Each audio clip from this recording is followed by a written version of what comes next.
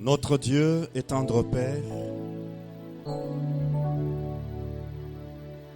tu es en ces lieux ce soir et tu veux régner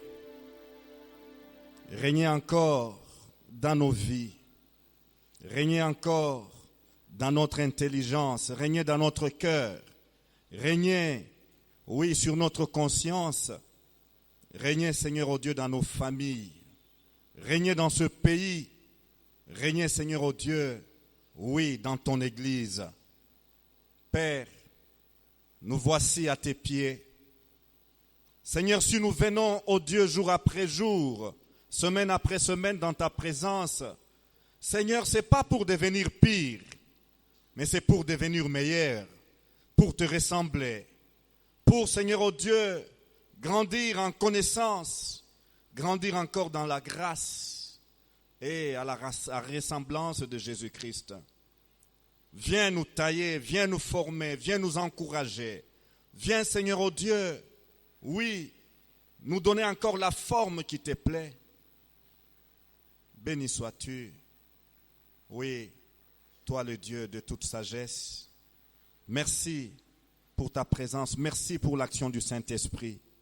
Au nom de Jésus, nous t'avons ainsi prié, Père. Amen. Bonsoir, frères et sœurs. Que Dieu soit béni.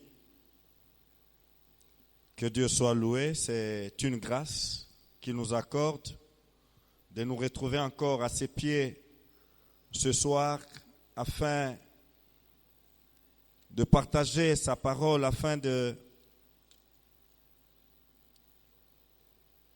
nourrir nos âmes, car sa parole est le pain de nos âmes. La fois dernière, nous avons entamé le chapitre 10 de Josué. Plutôt, nous avons pris la deuxième section du chapitre 10 de Josué à partir du verset 16 jusqu'au verset 27. Et dans cette section, nous nous sommes appesantis sur l'exécution des 5 rois qui s'étaient coalisés pour pouvoir combattre les enfants d'Israël à travers Haï. Et nous avons vu à travers ces combats comment le Seigneur a agi au travers de son serviteur Josué ainsi que le peuple d'Israël. Nous avons retenu que ces 5 rois sont allés se cacher dans une caverne. Et comme Dieu voit tout, comme Dieu est omniprésent, leur cachette a été révélée.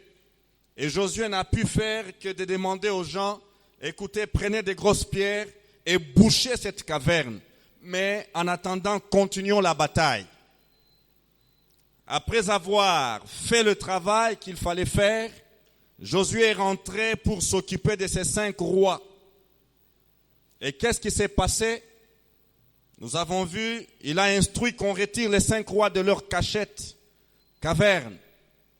Et lorsque les 5 rois ont été retirés de cette caverne, Josué a instruit ses officiers de déposer ou de mettre leurs pieds sur le cou des 5 rois. Et nous avons retenu par ces gestes, par cet acte, que c'était un acte de reddition totale ou un acte d'une victoire définitive. L'ennemi était défait, l'ennemi était assujetti, l'ennemi était vaincu, alors vaincu complètement, l'ennemi était humilié, déshonoré. Alors, cet acte-là, nous l'avons vu à travers la Bible, Dieu dit, eh bien, je ferai de tes ennemis ton marchepied. Alléluia. Je ferai de tes ennemis ton marchepied. Et nous avons retenu que dans l'Orient, souvent, on représentait le roi d'Égypte et de Mésopotamie ancienne, ayant leurs pieds sur soit la nuque de leurs ennemis vaincus ou sur leur poitrine pour témoigner la victoire et leur puissance. Et cet élément ou cette réalité nous a appris ce que Dieu veut faire de nos ennemis. Alléluia. Je ferai de tes ennemis ton marchepied. Quel est cet ennemi redoutable, mon frère, ma sœur? Dieu te dit, il fera de ton ennemi ton marchepied. Non pas que quelqu'un d'autre viendra mettre ce pied sur le cou de ton ennemi, mais tes propres pieds seront posés sur le cou de ton ennemi. Et cet ennemi, nous avons retenu, ce n'est pas mon frère, ce n'est pas ma sœur, ce n'est pas quelqu'un de ma famille, ce n'est pas quelqu'un de mon travail, mais nous avons pour ennemi Satan, nous avons pour ennemi le monde, nous avons pour ennemi la chair, nous avons pour ennemi le monde, ainsi que les passions mauvaises qui combattent dans notre corps. Alléluia. Et nous avons terminé sur la note d'encouragement.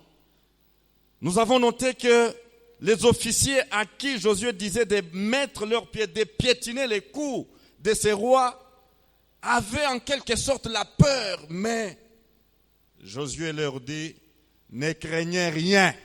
Alléluia. Et nous avons parlé de la peur. Nous avons dit la peur n'était pas de Dieu. La peur ne vient jamais de Dieu. La peur vient du diable. Et quelle devait être l'attitude du chrétien face à la peur? Nous avons retenu que par ne crains pas, ne crains point, que la Bible nous rappelle presque chaque jour, il y a un ne crains point, n'aie pas peur, c'est tout simplement nous dire, affronte ta peur. Alléluia. Affronte ta peur. Ne fuis pas, mais affronte-la. Et nous avons ainsi pris les clichés de Jésus dans le jardin de Gethsémane, où Jésus était en face d'une frayeur, en face d'un tableau sombre, un tableau difficile à accepter, un tableau effroyable. Père, si tu pouvais éloigner cette coupe, non pas ma volonté, mais que ta volonté soit faite. Alléluia. Il a affronté la peur, Jésus. Que Dieu nous aide à affronter la peur. Ces sentiments qui, si nous ne prenons pas garde, nous risquons de tourner dos à l'ennemi. Et lorsqu'on tourne dos à l'ennemi, l'ennemi nous abat. Nous voulons continuer avec la troisième section de ce chapitre 10. Je veux lire Josué 10-28. Josué prit Makéda le même jour et frappa du tranchant de l'épée. Et la frappa du tranchant de l'épée. Il dévoua par interdit le roi, la ville et tout ce qui s'y trouvait. Il n'en laissa échapper aucun. Et il traita le roi de Makéda comme il avait traité le roi de Jéricho. Josué et tout Israël avec lui passa de Makéda à Libna. Et il attaqua Libna. L'Éternel la livra aussi avec son roi entre les mains d'Israël et la frappa du tranchant de l'épée, elle et tous ceux qui s'y trouvaient. Il n'en laissa échapper aucun. Et il traita son roi comme il avait traité le roi de Jéricho. Josué et tout Israël, avec lui, passa de Libna à Lachis. Il campa devant elle et il l'attaqua. L'Éternel livra Lachis entre les mains d'Israël, qui la prit le second jour et la frappa du tranchant de l'épée, elle et tous ceux qui s'y trouvaient, comme il avait traité Libna. Alors Oram, roi de Gézer, monta pour secourir Lachis. Josué les battit, lui et son peuple, sans laisser échapper personne. Josué et tout Israël avec lui passa de Lachis à Aiglon. Ils campèrent devant elle et ils l'attaquèrent. Ils la prirent le même jour et la frappèrent du tranchant de l'épée, elle et tous ceux qui s'y trouvaient. Josué la dévoua par interdit le jour même, comme il avait traité l'Akis. Josué et tout Israël avec lui monta d'Aiglon à Hébron. Et ils l'attaquèrent, ils la prirent et la frappèrent du tranchant de l'épée. Elle, son roi, toutes les villes qui en dépendaient et tous ceux qui s'y trouvaient. Josué n'en laissa échapper aucun, comme il avait fait à Aiglon, et il la dévoua par interdit avec tous ceux qui s'y trouvaient. Josué et tout Israël avec lui se dirigea sur Débir, et il l'attaqua. Il la prit, elle, son roi et toutes les villes qui en dépendaient. Ils les frappèrent du tranchant de l'épée, et ils les dévouèrent par interdit tous ceux qui s'y trouvaient sans en laisser échapper aucun. Josué traita Débir et son roi comme il avait traité Hébron et comme il avait traité Libna et son roi. Josué bâtit tous les pays, la montagne, le Midi, la plaine et les coteaux, et il en bâtit tous les rois. Il ne laissa échapper personne et il dévoua par interdit tous ceux qui respiraient comme l'avait ordonné l'Éternel, les dieux d'Israël. Josué les bâtit de Kadès, Barnéa à Gaza. Il bâtit tout le pays de Gozen jusqu'à Gabaon. Josué prit en même temps tous ses rois et leurs pays, car l'Éternel, le Dieu d'Israël, combattait pour Israël. Et Josué et tout Israël avec lui retournant au camp à Gilgal. Amen. Nous avons ici une conquête qui parle fort. Dans cette conquête, nous avons retenu les noms de villes conquises et nous avons retenu, à travers ce que nous venons de lire, nous devons parler de conquête, nous devons parler d'attitude dans la conquête et des leçons à tirer de la conquête. Les villes et leur signification. J'ai essayé de consulter dans les langues hébraïques ce que ces noms voulaient dire. Makeda a le sens de troupeau, lieu des bergers, posséder les brebis, élever les brebis, vendre les brebis. Donc, en d'autres termes, c'est une ville où se passaient des affaires, où se passait le commerce. Libna, nom qui vient d'un peuplier blanc, un arbre qui produit une gomme d'un blanc laiteux. Libna signifie blanc, clarté, transparence. Et comprenez que nous avons à combattre certaines réalités. La Bible nous dit, Satan se déguise parfois en ange de lumière. Alléluia. Et il y a, si nous ne prenons pas garde, des ennemis qui peuvent venir avec une telle blancheur, une telle innocence, que nous risquerons de nous laisser emporter par leur stratégie. Dans le monde, il est dit, tout ce qui brille n'est pas l'or. Alors nous devons faire attention. Tout ce qui brille n'est pas or. Et il y a des ennemis, il y a un ennemi qui peut nous paraître très, vraiment lumineux, sans tache, au point que nous ne pouvons pas soupçonner. Or, dans les stratégies militaires, il y a des gens qui combattent avant les lignes, qui s'infiltrent dans les rangs de l'ennemi. Je me fais comprendre? Ils s'infiltrent. Nous avons suivi, et ça se passe. Les tenues que nos unités combattantes portent, ces tenues sont déjà transmises de l'autre côté. Et ils se mêlent sans problème. Je me fais comprendre? Et il y a cette ville qui paraît une ville tellement merveilleuse, une ville propre, une ville qui attire par peut-être la qualité de la vie. La Bible nous parle que nous dit, parlant de Abraham et son neveu Lot, lorsque Lot a levé les yeux pour regarder la plaine de l'autre côté, c'était comme une plaine arrosée, où il faisait beau vivre. Et quand il y est allé, c'était une ville corrompue. N'est-ce pas? Sodome. Faisons attention, tout ce qui brille n'est pas or. Lachis signifierait invincible, sauvage, obstiné. Eh bien, nous avons de ces ennemis-là qui sont, quand vous essayez de les évaluer, de les apprécier, non, c'est invincible. Je ne peux pas oser.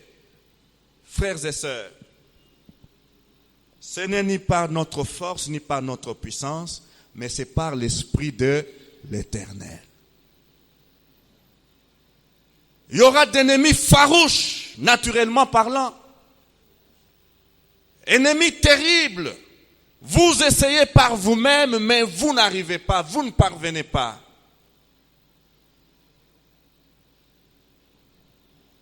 Que faire? Eh bien, venez, mettez-vous au pied de la croix. Alléluia. Mettez-vous au pied de la croix. Lorsque je parle d'un ennemi tel que Lachis, frère, entre nous soit dit, le problème du chrétien c'est quoi? C'est le péché. Le combat du chrétien c'est quoi? C'est le péché. Et la cause du péché c'est quoi? La source du péché c'est quoi? Nous allons vite voir le Satan, les menteurs et père du mensonge, qui voudrait que les enfants de Dieu pêchent et continuent à pécher pour qu'ils les dominent. Comprenez, frère, pourquoi nous pouvons aller à gauche et à droite, mais nous reviendrons sur le problème du péché. Alléluia. Nous pouvons aller à gauche et à droite, naviguer dans la parole de Dieu, mais que Dieu nous préserve de ne pas oublier de mentionner les péchés. Frère, lorsque vous avez déjà vaincu tous les ennemis invincibles, tous les ennemis tenaces, forts, gloire à Dieu. Mais sachez qu'autour de vous, il y a des esclaves, il y a des dominés, il y a ceux qui sont sous le joug de l'ennemi, sous le joug du péché. Alléluia. Raison pour laquelle nous prêchons, nous édifions une partie des chrétiens et nous cherchons à ce qu'une autre partie des personnes sortent des liens du péché, sortent des liens de Satan, sortent des chaînes de Satan. Alléluia. Lachis, invincibilité, un ennemi sauvage et obstiné. Gezer, nous l'avons vu, le roi de cette ville, s'élevait pour aller au secours de son voisin, de son ami, de son collègue. Et Gezer voudrait dire diviser, partager en deux portions, être d'un bon secours aux autres. Gezer. Et il y a de ces ennemis dans notre marche chrétienne qui savent se secourir. Exemple, les vols et les mensonges. Ils se secourent très bien. Lorsqu'on vole, qu'est-ce qui vient au secours du vol comme ami? C'est le mensonge. Vrai ou faux? L'ami du vol, c'est le mensonge. Lorsqu'un voleur a commis son forfait, on peut examiner, vérifier, interpeller, interroger. Non, c'est pas moi. Qu'est-ce qui lui vient au secours? Mensonge. Les mensonges viennent souvent au secours du vol. Et les mensonges viennent souvent au secours d'autres péchés.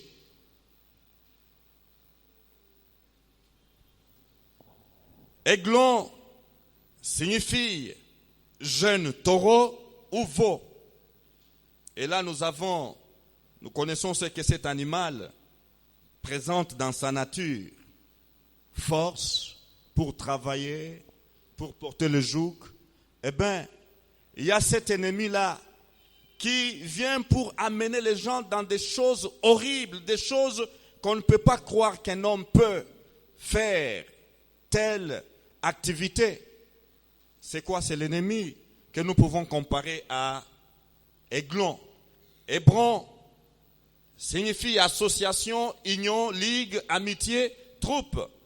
Et cela signifie aussi enchanteur, magicien, charmeur, celui qui fait des incantations, des sortilèges.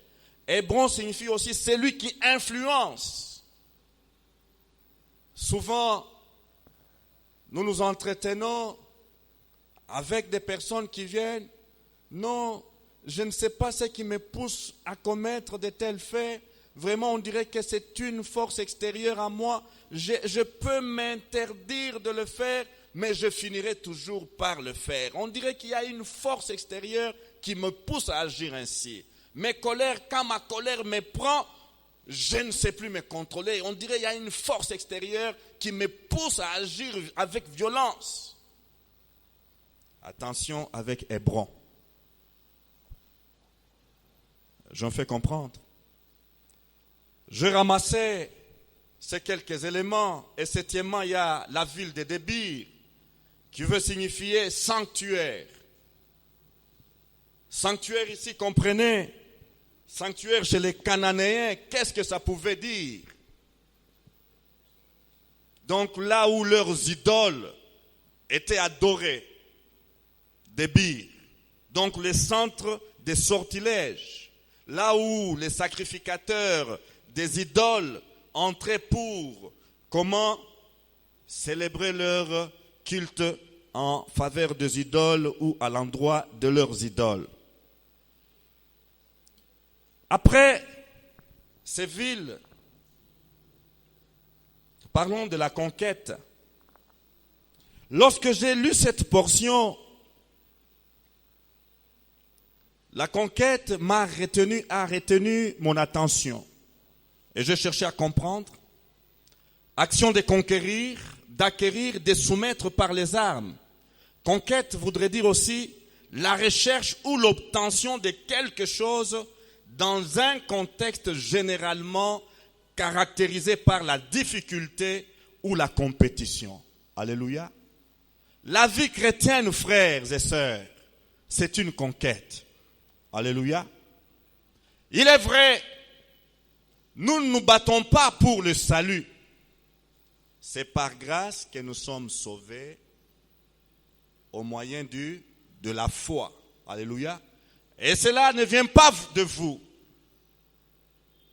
Par grâce, Dieu a planifié, Dieu a offert, et ce qui nous est demandé, c'est tout simplement de recevoir, d'accepter. Si tu crois dans ton cœur, et si tu confesses de ta bouche, tu seras sauvé. Amen. Mais maintenant, vivre cette vie-là chrétienne, cela devient une conquête. Alléluia. Cela devient une conquête. Conquérir quoi? On peut se le dire. Quelle conquête, quelle recherche, quelle obtention? Eh bien, je cours. La Bible nous parle de la course pour obtenir les prix de notre vocation céleste. Alléluia. Une compétition. Et qui dit course, ce n'est pas une marche. Alléluia. Qui dit course, ce n'est pas une marche, c'est une compétition. La musculature, la discipline, l'endurance. le sacrifice, l'abnégation. Et c'est ce qu'on entend par compétition. Recherche ou l'obtention de quelque chose dans un contexte généralement caractérisé par la difficulté ou la compétition. Il faut pour cela avoir un esprit de conquête. Un esprit de conquête. L'esprit de conquête pour nous, enfants de Dieu, c'est quoi? C'est un esprit d'abnégation. L'esprit de conquête, c'est quoi? C'est un esprit de don de soi, de sacrifice de soi. Le pasteur a dit le dimanche, pasteur Noé, on te gifle à gauche, donne. Est-ce que nous pouvons dire amen?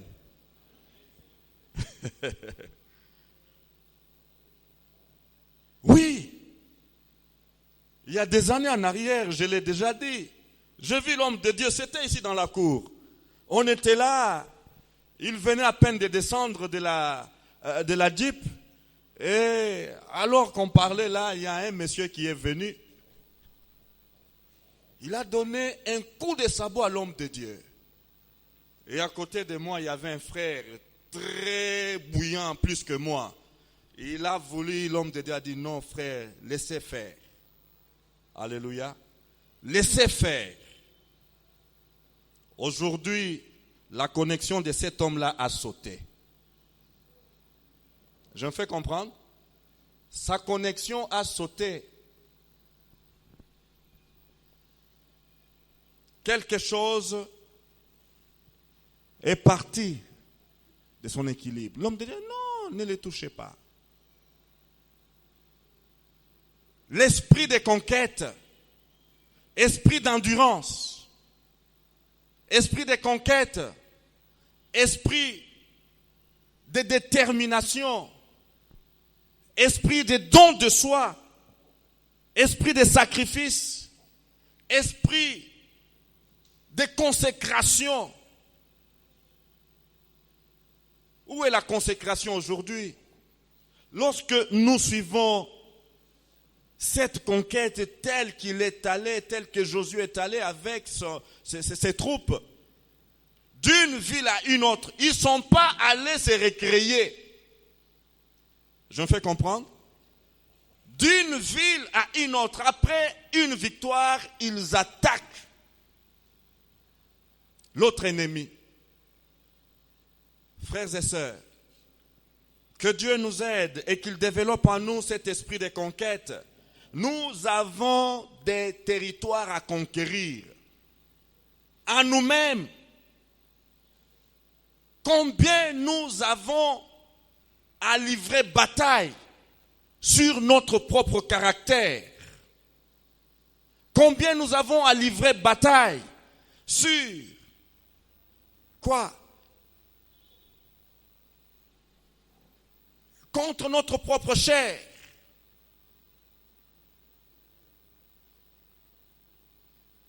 Est-ce qu'il y a quelqu'un qui peut dire que lui continue à combattre contre sa chair jour après jour? Y a-t-il quelqu'un qui dit que lui, sa bataille journalière, c'est contre sa chair? Y a-t-il un? Oui. Jour après jour. Paul disait, j'assujettis mon corps, je les traite durement. Les corps, combien de choses les corps sollicitent, combien de choses les corps demandent, combien de choses, frères et sœurs, qu'est-ce que nous entendons jour après jour? La vie chrétienne est une bataille.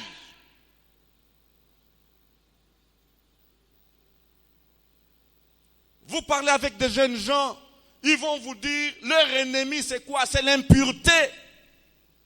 Ils n'arrivent pas à vaincre l'impureté.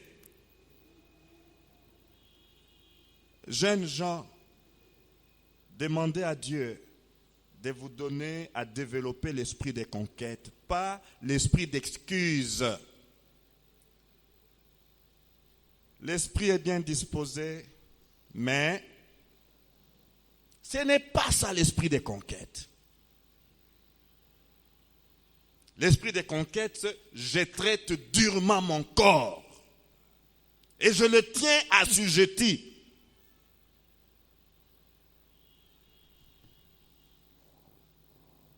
Conquête a pour synonyme soumission, assujettissement, domination. Il y a quelques passages que vous pouvez prendre. Josué chapitre 6, 20. Josué 8, 24. Josué 10, 28 que nous avons lu. Il est dit, Josué prit Makéda le même jour et le frappa du tranchant de l'épée. Il dévoua par interdit le roi, la ville et tout ce qui s'y trouvait. Il n'en laissa échapper aucun. Et il traita le roi de Makéda comme il avait traité le roi de Jéricho.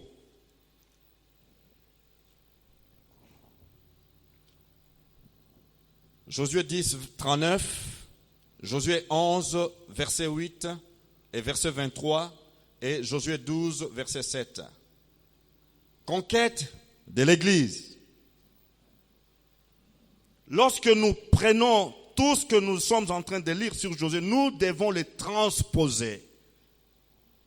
Le transposer dans la dimension de l'Église. Alléluia. Dans la dimension de l'Église. Qu'est-ce que nous avons comme conquête à faire?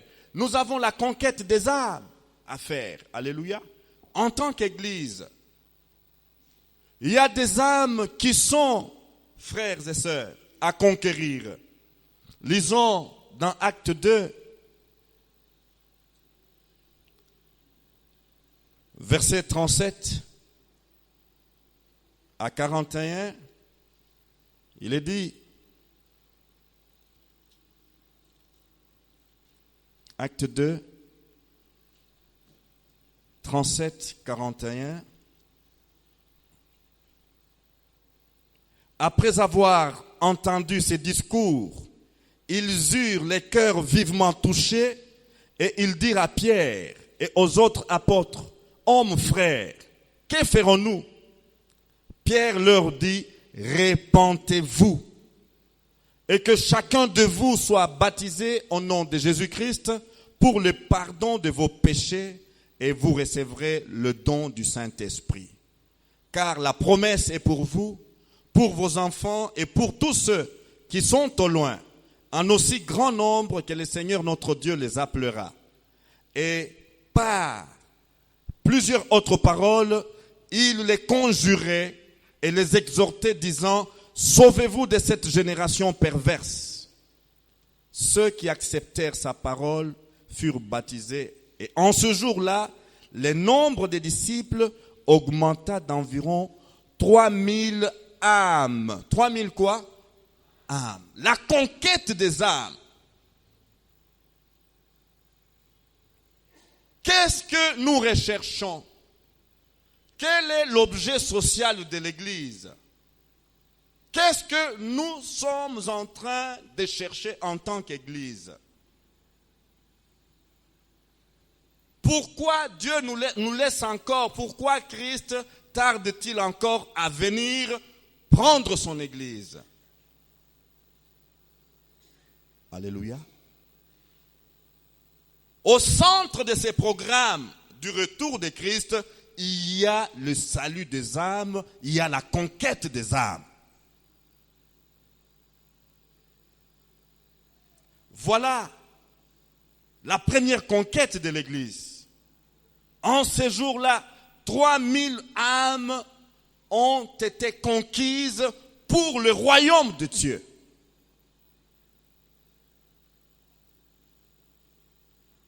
Est-ce que ce que je fais contribue à la conquête des âmes? Est-ce que ce que je fais, je contribue à la conquête des perdus? Est-ce que ce que je fais contribue au salut des perdus? Ou bien freine la conquête des âmes?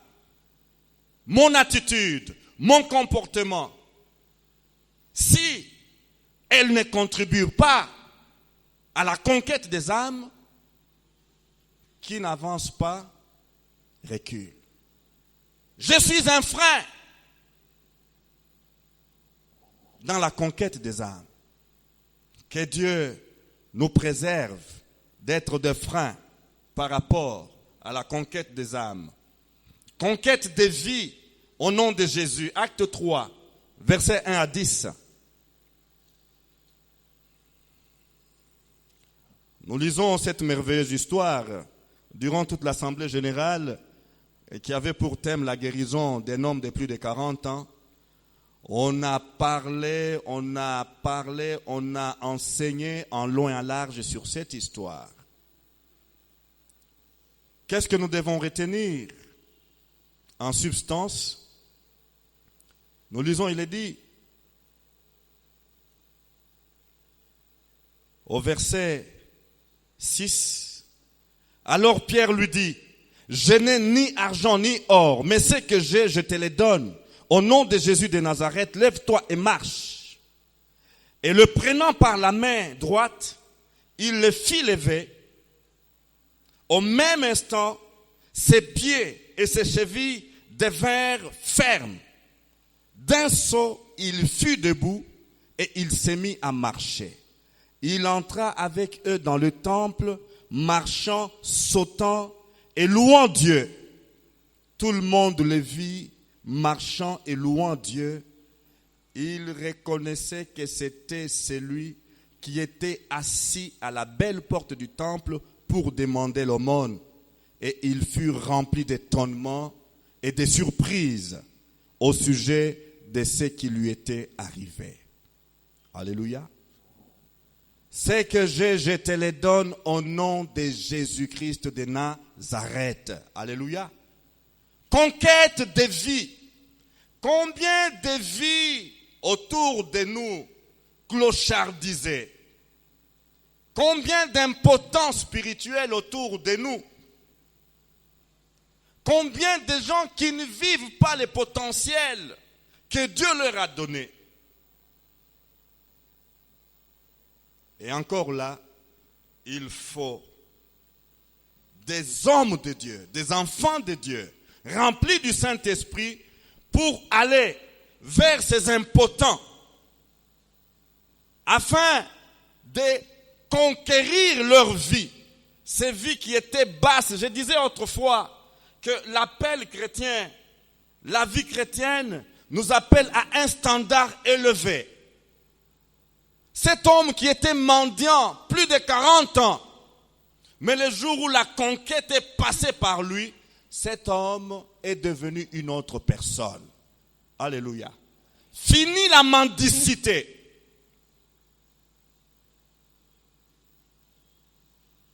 Fini la misère.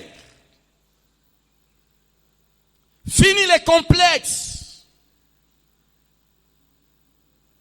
Pourquoi? Quelques concurrents sont passés par là. Alléluia. Ils ont regardé, mais ils ne méritent pas de vivre comme ça. Cette vie, non, ça c'est pas sa vie. Alléluia. Au nom de Jésus-Christ de Nazareth, lève-toi et marche. Et l'homme de plus de 40 ans, qui n'a vécu que de la mendicité, qui n'a connu que de la misère, ce jour-là, il a découvert une autre dimension de la vie. Alléluia. Frères, sœurs, voilà la tâche à laquelle nous sommes appelés. Alléluia. Hier, je m'entretenais avec un jeune homme de 19 ans qui m'a brossé toute sa vie. Une vie telle que sa famille avait déjà déclassé. Je lui ai posé la question, frère, mon ami, qu'est-ce que tu rêves de devenir dans ta vie? Il m'a dit, un ingénieur agronome. Je lui ai dit, frère, je vais prier. Alléluia. Dieu ne t'a pas placé sur cette terre pour être un koulouna. Dieu ne t'a pas placé sur cette terre pour être un shege. Mais Dieu a un plan merveilleux avec toi. Alléluia. conquête de la vie.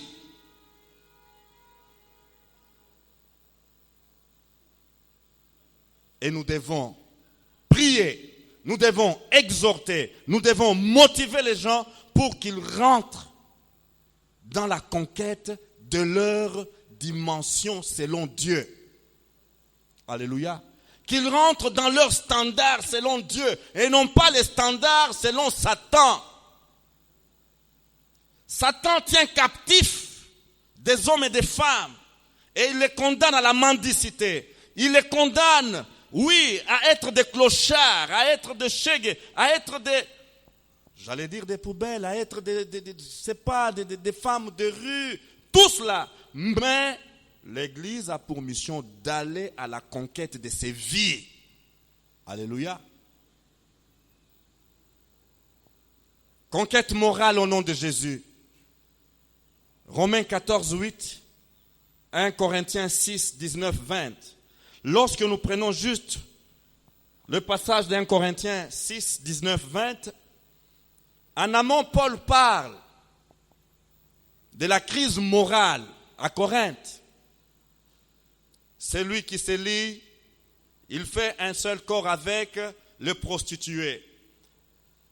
Et c'est là qu'il va dire, au verset 19 et 20, « Ne savez-vous pas que votre corps est le temple du Saint-Esprit qui habite en vous? Glorifiez donc Dieu dans votre corps, dans votre âme qui appartiennent à Dieu. » Alléluia. Qui appartiennent à Dieu. Pourquoi? La conquête morale. L'immoralité, elle tue notre société. Elle tue notre société, l'immoralité.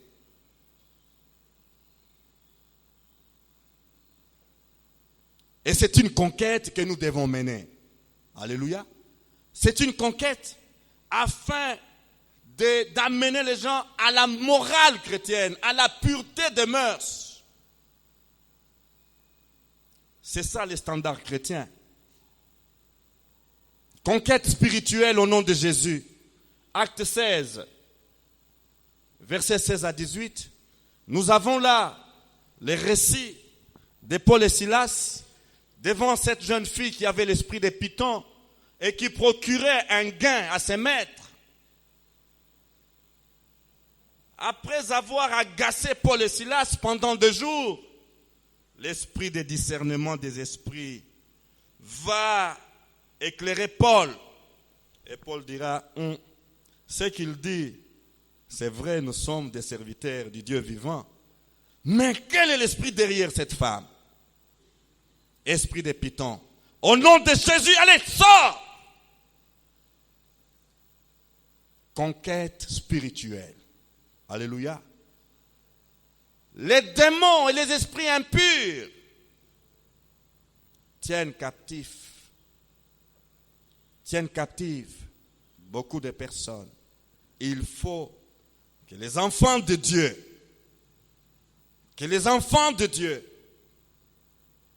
réalisent qu'il y a des ennemis qui sont en train de troubler des âmes, qui sont en train de troubler les esprits des autres, et qu'il faut aller en conquête pour dominer et les chasser de ces esprits faibles. Et c'est ce que Paul a fait.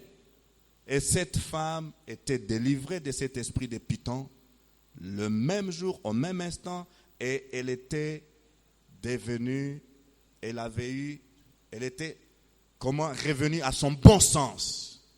Chose qui a poussé ses maîtres à déférer Paul et Silas devant les instances judiciaires de ces coins-là. Pourquoi Paul et Silas ont mené une conquête spirituelle? Frères et sœurs, tout ceci, c'est la dimension au niveau de l'Église. Ce que les livres de Josué nous enseignent, oui, c'était dans l'Ancien Testament, mais dans le Nouveau Testament, l'Église est appelée d'aller de conquête en conquête. Alléluia. Les chrétiens est appelé d'aller de conquête à conquête, de victoire en victoire. Alléluia. Quelle attitude? Oui. Frapper du tranchant de l'épée. J'ai essayé de faire les statistiques. Cette expression revient plus de 5 fois, comme vous le voyez mentionné. Le verset 28, le verset 30, le verset 32, le verset 35 et 39 parlent du frapper du tranchant de l'épée. Et les versets 33, 40 et 41 s'arrêtent juste sur frapper. Il frappa. Et ça a retenu mon attention. Frapper, selon la Bible, a le sens de vaincre, de tuer, de répandre le sang, ôter la vie, détruire, mettre sous le joug, ravager, envoyer un jugement, punir, châtier. Tandis que tranchant de l'épée a le sens de fendre en pièces, rompre en morceaux, briser. Et l'épée, l'image de l'épée, qu'est-ce qu'elle nous dit? Selon la Bible, tarir, mettre à sec, dévaster, ravager, exterminer, horreur, désolation, massacre, ruine. Comprenez le travail de Josué et de ses troupes. Est-ce que c'est un loisir ça? Non, ça demande un esprit, ça demande une attitude. Alléluia. Ça demande un esprit de combattant, un esprit de guerrier. Frères et sœurs, si nous devons mener une vie victorieuse, une vie chrétienne victorieuse, nous devons laisser Dieu développer en nous l'attitude des combattants, l'attitude des guerriers, l'attitude des commandos de Jésus. Alléluia. Pas l'attitude des pleurnichards, pas l'attitude d'apitoiement des chrétiens qui cherchent, qui pleurent, qui... Non. Alléluia. La victoire demande un état d'esprit. La conquête demande un état d'esprit. Le succès demande un état d'esprit. Et cet état d'esprit, frères et sœurs, nous le voyons à travers ceux qui nous ont dévancés. Nous le voyons.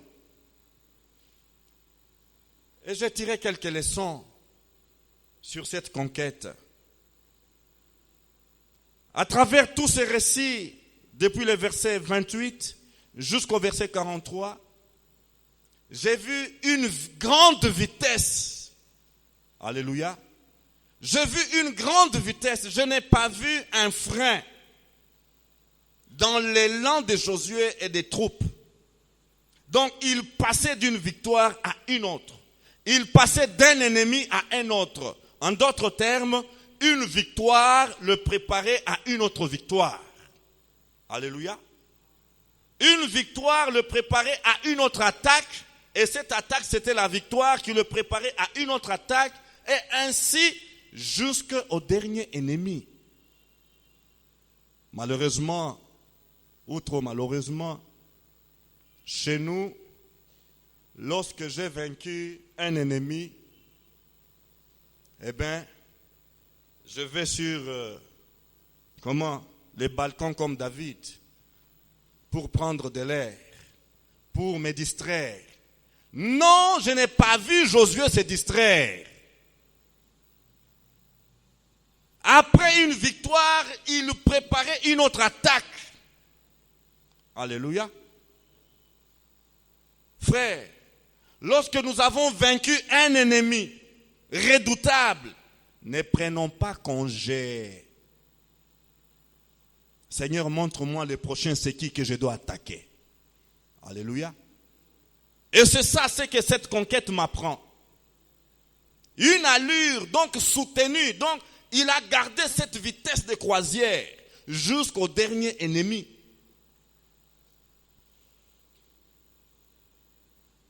Et qu'est-ce que cela m'apprend? L'obéissance à Dieu. Souvenez-vous que Josué n'était pas de la taille de Moïse. Alléluia. Josué n'était pas de la taille de Moïse. Le seul secret de Josué était tout simplement d'obéir à Dieu.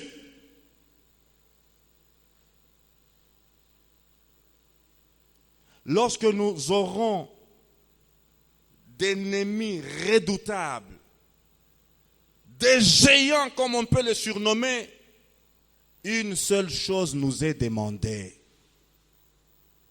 obéir à Dieu. Alléluia. Obéir à Dieu, obéir à la parole de Dieu, c'est soumettre à Dieu, c'est soumettre à sa parole. Et Dieu fera le reste. Lorsque nous examinons, il est dit Dieu livrera, Dieu livrera, Dieu livrera. En d'autres termes, c'est Dieu qui combat pour Josué. Pourquoi? Josué a été obéissant.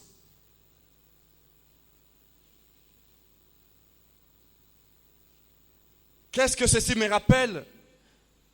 Les conquêtes du passé. Alléluia. Les conquêtes du passé. Vous avez bien lu, il est dit, il le traita comme le roi de Jéricho. Alléluia. Il le traita comme le roi de Jéricho pour dire, la victoire là du passé, la conquête de Jéricho doit me rappeler qui est le Dieu qui me conduit sur ce chemin. Alléluia. David a dit devant Goliath, le Dieu qui m'a protégé de la patte de l'ours, le Dieu qui m'a protégé de la gueule du lion, ce Dieu-là, oui, me protégera de ces géants. Alléluia. C'est au nom de l'Éternel des armées que je vais te couper la tête. Alléluia. Les conquêtes du passé doivent nous aider à aller tout droit, combat après combat. Et troisièmement, souligner sa propre foi dans laquelle Dieu a fait la promesse. Qu'est-ce que Dieu nous a fait comme promesse? Les promesses de Dieu qui soutiennent ma foi. Jésus dit, et voici je suis avec vous tous les jours. Alléluia. Tous les jours, je suis avec vous. Et cela doit nous rappeler que nous ne sommes pas seuls, malgré, oui, l'invincibilité de celui qui nous menace. Susciter le courage en chacun. Et Josué a travaillé sur ça. Nous avons vu comment il a dit, ne craignez point, prenez courage, fortifiez-vous. Et enfin, érigez les monuments de souvenirs de la fidélité de Dieu. Alléluia. Dieu est fidèle. Avons-nous quelques monuments? Monuments de la fidélité de Dieu dans notre vie chrétienne. Alléluia.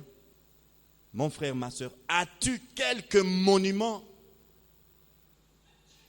Quelques vestiges de la fidélité de Dieu dans ta vie, dans ton expérience chrétienne?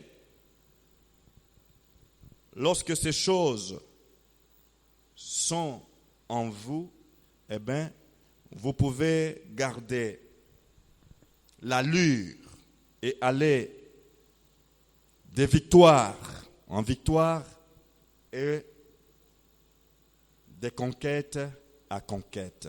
Nous allons baisser nos têtes, s'il vous plaît.